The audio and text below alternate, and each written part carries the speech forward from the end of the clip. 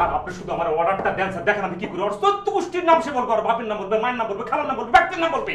কি তুই বলবি না? এই তুই বলবি না? বল বল বল বল বল বল, বলবি না? বলবি না তুই? ওই তুই বলবি না? নাম বলতে পারতেছে না স্যার, একদম বলতেছে না স্যার।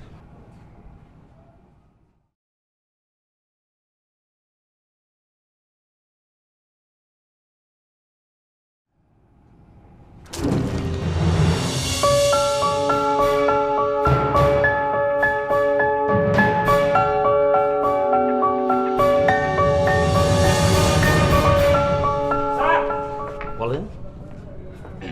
Excuse me? আমি Fatema Akter Rani, BA LLB MA not complete. তার মানে আপনিও কমপ্লিট না? বলেন। আমি জনাব বাদশা সাহেবের মামলার আয়ের সাথে একটু কথা বলতে চাই। বাদশা কে?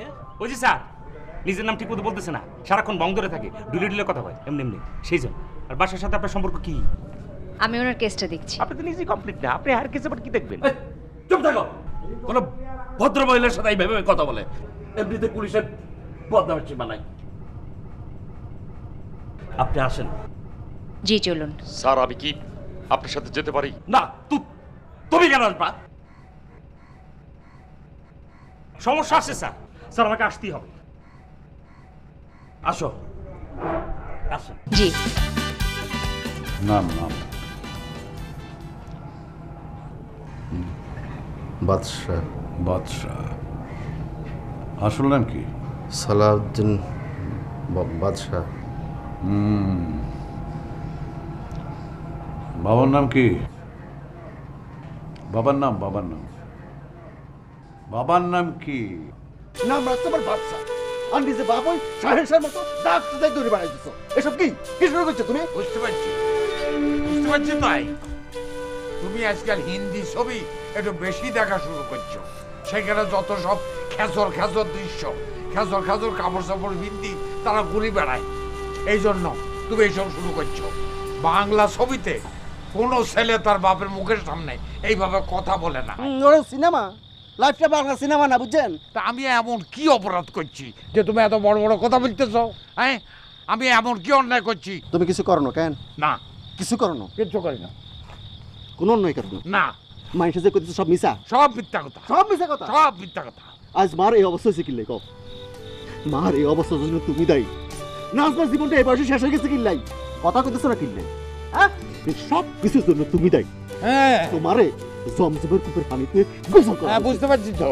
এমন কি অন্যায় করছি যে আমার জমজমের কূপের হানি দি গোসল করতে হইব? না না না না, খালি জমজমের কূপের হানিতে আপনার গোসল করলে হইতো না তো। আপনার জমজমের সমুদ্রে ডুবাই সারা জীবন রাহন লাগবো, তাও আপনার পাপ শেষ হতে না, বুঝছেন? তুই এত যা, আর চোখের সামনে দুধ চলে যা। তাই তো দুধ কিনলে কেন বলেন? বলেন কেন? বলেন কেন?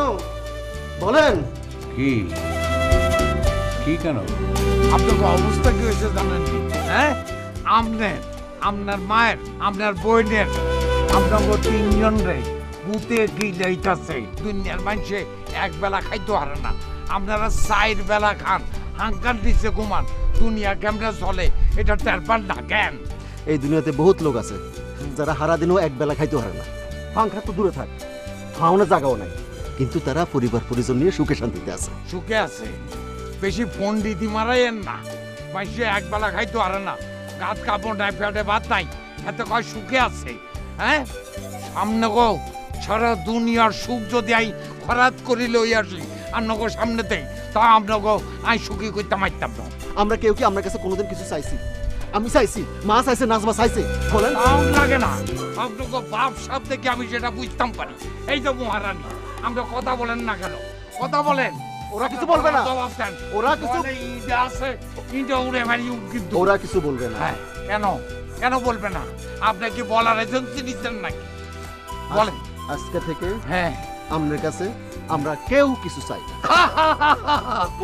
কি সুন্দর কথা! কোন লেখক থাকলে এটা লেখি রাখতো, স্কুলে হরাইতো। দিদি বাবার নাম কি ভুলে গেছো না, যাইতে পারবেন না নাকি? বলতে চাইতেছো না? আরে ওসি সাহেবের লগে আর কথা আছে। হ্যাঁ? এই